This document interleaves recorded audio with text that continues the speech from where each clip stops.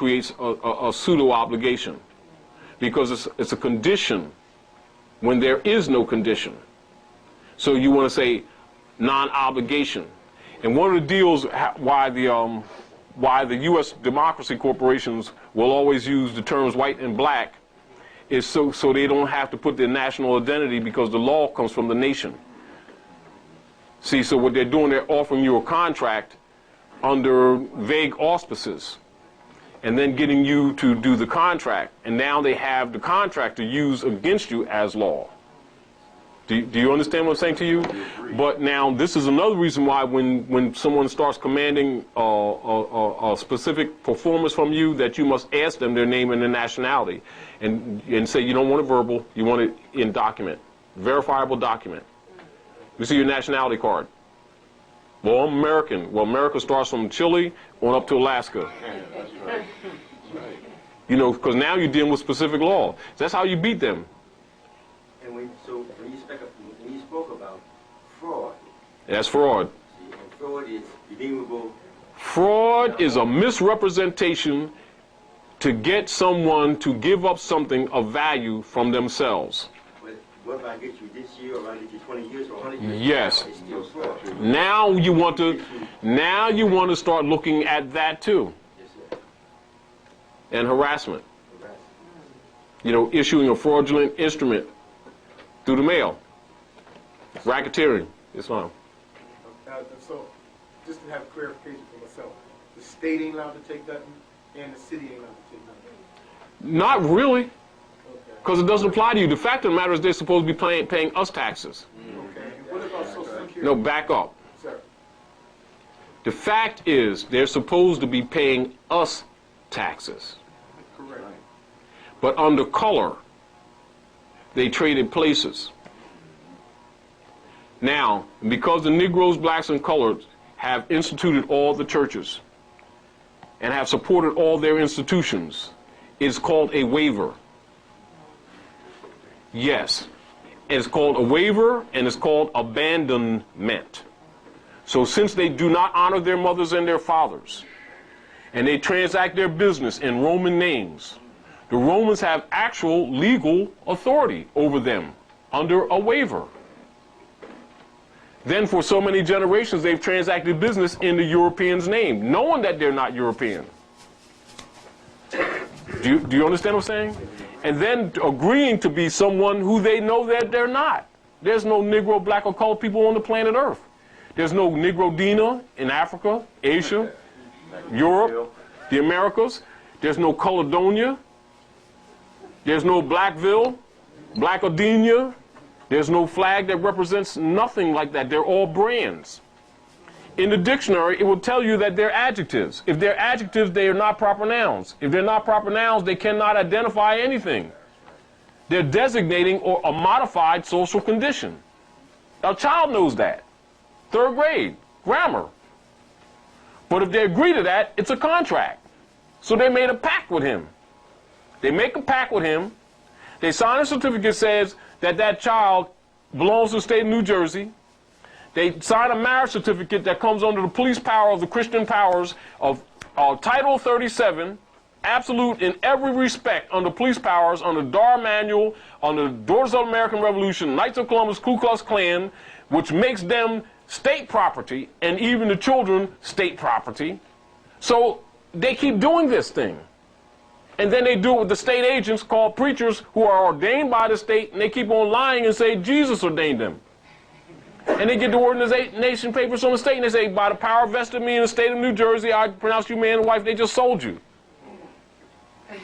But the people lie on Jesus and say, this man represents them, don't it? Guess what you just did? You made a contract, and guess what? They can hold you to it legally. And so our people need to learn contracts for real, seriously. I'm going to get to you. Let me get to him, and then get to you, Brother Dewey. Islam, brother. On Islam. the IRS. Internal Revenue Service Corporations. Yes. Now, they wrote me a letter, and I responded to them who I was, was nationalized and everything. And the letter was signed by Zachary from Atlanta. So I wrote the letter to him. Because I wanted to make sure the letter was signed by someone from the IRS. but it was one of those signatures that looked like it was photocopied on there. Yeah, always is. So when I went through the postal service to find out when I sent it, who signed for it was somebody different at the IRS. Uh-huh. So this was back in May. Yes. I haven't heard from them since. Of course. So if I really have to respond to them again, you always keep your response. You keep theirs on file, keep yours on file, keep the relationship on file. Then what you want to do after you've done that, if they didn't respond, what else did you ask in it? Did you ask for any particulars in response from them? No. Well, go back and do that. But the deal of it is, when you do that, see, when you respond to it, they get you to make these vague contracts while they themselves are not contracted to you. So actually you're making the contract with the corporation with no signature. Right. So it becomes a linear instrument. You're bound, but they're not. See, so you want to look at that too. Always keep that in mind. You understand where I'm coming from? Okay, yeah. Now, the fact that they didn't respond does not mean they're not issuing or instituting an action or not. Right. Don't assume. That's not how they operate. A lot of times they let you get comfortable and they come middle of the night and put a lock on your business. Yeah. You know, and you got to remember, this is how they got Sammy Davis Jr., Joe Louis, Walcott, Red Fox, on and on. You know, and they target particularly their estates. You know, if they veil, they attack their estates because it only belongs to them, really. You know, so to protect yourself, you want to start talking about being careful when you respond to those instruments that they send in the mail with all caps. You must not waive that. You must always address that in your response to them and say, "Oh, you sent me this mail. Thought Happy the Clown sent it. It's grammatically incorrect. You spelt this Norman such and such and such and such and such. That is not me. If you are not aware, this is how my name is spelt."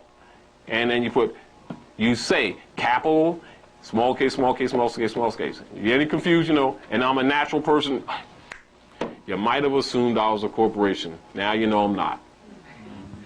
You know, and then you say that, you put that in written form. Then if they mess with you in the future, now you got them for practicing slavery through the mail.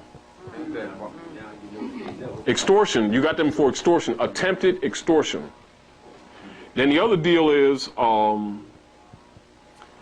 don't assume that they have jurisdiction just because they wrote you the letter. The letter is an offer to get you to consent to that offer. And so they're creating it. Just like if they, like you say, they wrote you again and again and again. Well, they're figuring if they keep writing to you, sooner or later you're going to respond to it. And you're going to fill some part of it out, and that's what makes the contract. Now they got you. See, so the deal of it is, and the other point that I want to make is, stop looking at exempt. That's conditional. Say, like, so like, say if you were a corporation and you send an instrument to me, and I would ask you, what's your nationality, what's your name and your nationality? What's your law, what jurisdiction? How is that jurisdiction established? Give me particulars relative to that jurisdiction. Of course, you're not going to do it. Then I say, well, please don't send me any more mail because I don't know who you are. I don't know what your political allegiance is. You have not established where you derived your authority, and I can only assume that you might be running some kind of racket. And they are. Of course they are, but the point of it is you must say it. And then you must set the stage for them to have to respond to you in kind. You don't accuse them, you imply to accuse them. I'm not sure. Just saying, somebody's asking you for something, say, I don't really know where you're coming from. Can you establish this information so that I can be assured what jurisdiction, authority, etc. Or by right, etc. And they have those forms there. Actually you can argue with them because you don't need those forms. But I'll put on the form government, Great Seal Federal, and I'll put the treaty number on it, right? And then I'll have non-obligation. Would have exempt, just non-obligation, and then the tax is written off. Or like if I go to a car dealer and I write, if I see a vehicle I want, whatever's in the window is what I pay. but I would pay cash. I never buy anything. I never get things that I can't afford. Do you understand? If I want something, I go get it, but I don't pay tax. Now, small petty stuff, a lot of times, you know, I don't go through the argument because I don't want to argue with the clerk or something like that, but anything that's caused any real finance, I'll also take the moment to try to teach the clerk, especially